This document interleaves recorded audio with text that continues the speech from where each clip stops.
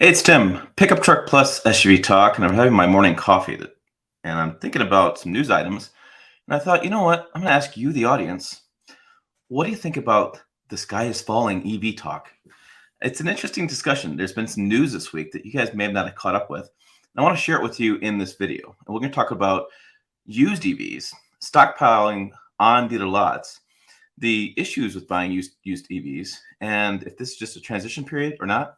And I'll share with you my experience in trying to buy an EV for my wife this winter. Yeah, because there's a lot of reasons that she wanted an EV that may make sense for you as well. So let's go ahead and talk about this. There's a story on pickuptrucktalk.com. Jill wrote it, managing editor Jill Seminole, and her and I are a little bit different in our EV views, which is great because it gives you both sides of the equation on as far as EVs. And I published it early. Sorry, Jill. She wanted it published a little later today. I was like, no, what? I want to publish it now because I want to talk about it first thing this morning because it's just top of my mind. And if you know me, my mind is always spinning, and I always got things going on. And so I just wanted to talk about it. So the title is "Used EV Prices Plunge: Unsold New EVs Languish on Lots." And this came from two news stories this week, and I have a couple other ones in the mix as well. So she talks about our EV deniers right, and we're just not ready for EV evolution. Federal government supports it. There's two stories. According to an Axios report, 51%, I think it's Axios, 51% of consumers are now considering a new or used EV. Hey, I considered a used one as well. And new one, I consider both. But there's still a glut of new EVs for sale. In fact, only 6.5% of the US sales currently go to EVs. Now, that's up a lot. EV sales have grown from like 1% to now 6.5%, according to the Axios article. So they have grown. People are buying more EVs. The interest is there. People are hesitant to throw up skin in game. The worry is the range anxiety and lagging charging infrastructure, which I have my discussions on that as well, my thoughts. There are some states like Wyoming, South Dakota, North Dakota, and Minnesota that have decided lack of any public charging. But she points out states like Illinois and Indiana can go 160 miles or more between charging and interstate. And so if you're curious about EVs and you only see a charger every 160 miles, you may not be as curious, right? I can see that. And as she points out, even 99% of the driving would be covered by at-home charging, which is what you want to do. If you want to do an EV, you want at-home charging. It's super cheap. It's convenient. You don't want to use public charging. Public charging doesn't always work, and it's super expensive, and you just don't know. You want at-home charging. There is always that 1% chance of fear. They have to have more range than you have access to. So if you do a road trip, that's where EVs get a little bit cautious. So there's 33 new models of EVs in 2023. Remember years ago, I may remember, may not remember, there was a Tesla Model S and a Nissan Leaf. It was you had two choices. Now there's 33 new models. And as Axios points out, nationwide EV supply has risen 350% to more than 92,000 units are sitting on dealer lots, used EVs. That's a 92-day supply of EVs versus a 54-day supply of gas vehicles. So what that means is it's how many days of supply that are on dealer lots before more come in. And you want that number to be low, right? So that way, as you're building them, you're selling them. As you're building them, selling them. It's really good business. When you have a 92-day supply, you have a lot of EVs sitting around, a lot of inventory that the dealers are paying for, they're making payments on, they're sitting on, they have insurance on. I mean, that's a not great situation. Now, Ed Kim, President and Chief Analyst of Auto Pacific, he's been on this channel as well, done some live streams with us. He says the return of EV supplies exceeded demand in many cases. Right now, the market is finally at an inflection point where EVs are starting to appeal beyond early adopters to make the bulk of EV customers the last 12 years or so. And that makes sense, right? So most EV customers early on were EV early adopters, which happens in technology all the time. I used to work at Best Buy and places, and anything new came out, you had the new guys who really wanted it, early adopters. A lot of people, the mainstream population was always, I'm going to wait a little bit, see what happens. And so he says automakers are doing everything in their power to expand the relevance of EVs to the mainstream. Because so many manufacturers have bet the farm on going all electric over the coming years, it's imperative they succeed in getting the mainstream buyer on board. That's interesting because the mainstream buyer is not always on board. There's a lot going on. I have some more details for you as well. Right now, the return of strong EV inventories have exceeded the pace of growing mainstream customer interest, and that is a primary factor beyond growing behind EV inventories. Now, there's another thing to talk about here as well.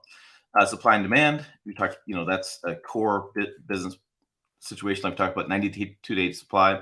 So IC Cars analyst Carl Brauer points out that the used EV prices that are plummeting reflects a clear shift in EV supply and demand. So what's happening is Tesla cut pricing on new models.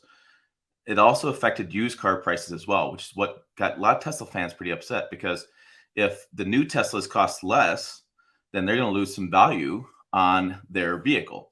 Yes, a vehicle is a depreciating asset. I get it. But you still want some residual value in this when you go to sell it.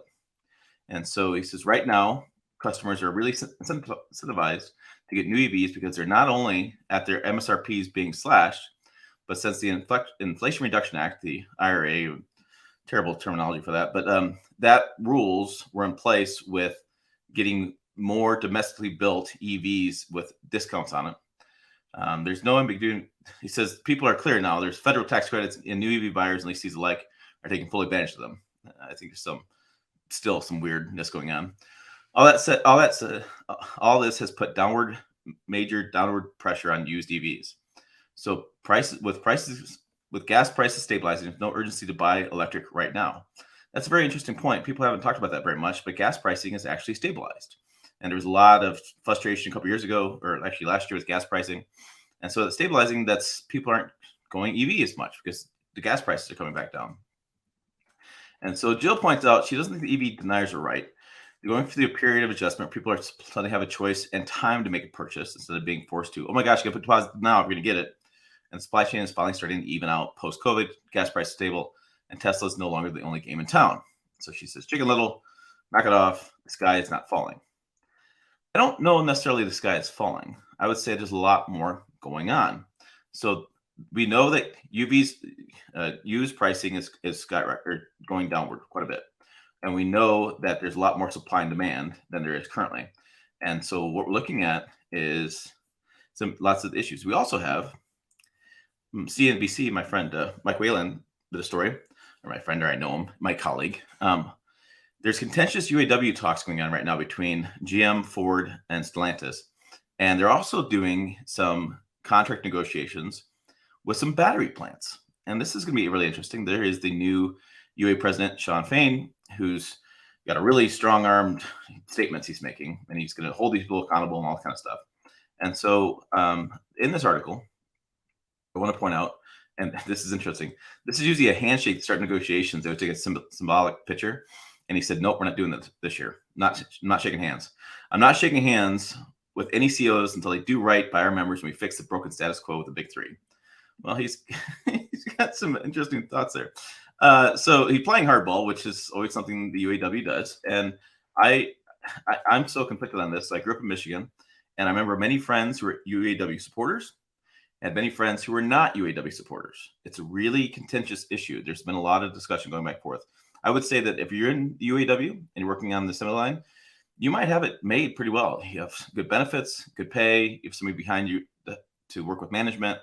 If you're on the other side of things and you're looking at UAW and you're not in UAW job, you may be, frustrated with their pay. You may be frustrated with what they're getting. You may be frustrated with the fact that vehicles are getting more expensive, and the UAW is always asking for more money and more days off and more medical benefits and things, which drives increasing costs.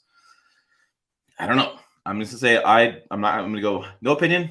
I think the UAW has done good. I think the UAW has done bad, which is a reflection of anything in this world. I've done good videos. I've done bad videos. Free target there. So if you look at the story, though, towards the bottom of the story, they're not happy with Stellantis. So there's a story that, come on, I forgot how long this article was. Battery workers. So this is a contentious issue because UAW is working with a separate contract with Altium Cells LLC. That's a joint venture between GM and LG Energy Solution that produces the Ultium batteries that go in GM vehicles. And in the white paper released Monday, the UAW detailed some reported safety issues and concerns at the plant. The union suggested GM national agreement, including wages, could be a solution to fixing the problems at the site. Now, Ultium condemned the report, said it was just ridiculous, knowingly false and misleading. But what's interesting with that is they did a study. I guess it went down too far. They did a 2018 study that found mass adoption of EVs could cost UAW 35,000 jobs. The union has more recently said that number could be less. But Fain's big point here is the federal government is pouring billions into the electric vehicle transition with no strings attached and no commitment to workers. The EV transition is a serious risk of becoming a race to the bottom. We see national leadership having our back on this before we make any commitment. So what the UAW wants and what a lot of automakers want is they want the federal government to back off because they don't want to force all these EVs down to be built, creating less paying jobs at battery plants and costing UAW jobs. I've seen this before in different places as far as the automakers' concerns is that, we're going to have vehicles that are going to be more expensive to buy, that have longer loan rates, that, as we saw with our pickup truck talk story, that may not have as good residual value in used vehicle pricing. And you're going to have issues with people losing their jobs because an EV requires less labor to build it because it's simple. It's a battery in a frame or in a unibody. Put some wheels on it, put the battery motors on each side, little suspension work. You slap on a top to it, whether it's going to be a van, a truck, or a car, or a SUV, and you're done. There's not that much work to be done to build an EV. So that's interesting. So let me get to one final point on this before I let you go. This last winter, we looked at buying a EV. My wife wants one, and her reasons are very simple. The reasons are that she drives to work, and she drives to different school to school during her workday. And so she'll drive for 5 minutes, go in school for an hour, drive 5 minutes, go in school for an hour, and she does that continuously. And because of that, the car is always cold. The ICE vehicles that we call them these days, internal combustion engines, never get warm enough to keep her warm in the cabin. She also doesn't like gas stations. And in the middle of winter, when it's 0 degrees out, she doesn't want to be pumping gas. Totally get that. She loves tech, and she doesn't need the engine noise. She just wants to drive. She just wants to get to work and back and do her job. And so we seriously looked at an EV because for her, those buying reasons were much better than the gasoline version. Those were things that she wanted. And those are things I think that always get missed in the EV conversation. It's not just speed. Everybody talks about those Teslas and they're so fast. Well, yeah, of course it's fast. It's an EV. Who cares? There's some buying reasons that are, I would say, practical for a lot of consumers that would make some sense, right? So why wouldn't you want to have a car that's always warm? Why wouldn't you want to have a car that doesn't need to get gas? Why wouldn't you want to just charge in your house for nickels versus dollars at the gas station? I mean, there's some practical reasons for that. And for us, we'd have a 2-car family. We'd take the gasoline version or the truck, whatever truck I have, and that's a road trip vehicle. And then we'd use the EV around town. It seems like a perfect situation, except for, well, we had a lot of problems. And I'll get to these. So what we did, we started looking at, she wanted the Ford Mustang. She really liked the way the Ford Mustang looked. That really appealed to her. And so we started looking, and last year, around December, these Mustang pricing were really high. So look at this 2022 Ford Mustang Mach-E GT. And I should clarify, I put in the zip code for Denver. This is a Denver zip code. I said with 100 miles, and I wanted all used Ford Mustangs, Mustang Mach-E's. And so I figured Denver's a pretty big market. Western Nebraska, not a big market. So I put this information in, and we're looking at the pricing, and look at the price drop, $7,293 in 1 year. I mean, that dealer is going to lose his butt on that sale. $1,000 drop. Looking down, $1,000 drop. And then stabilizing price. 2021 Ford Mustang Mach-E Select, only 5,900 miles. And what's interesting with that is there's a lot of debate about the environmental benefits of an EV. And I'll say this just to be very clear.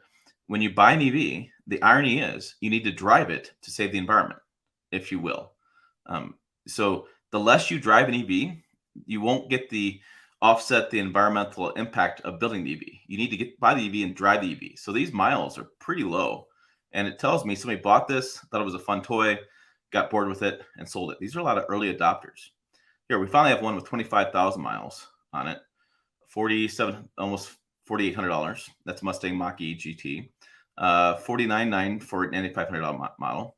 And so this gets you questioning, going, what's a new one like?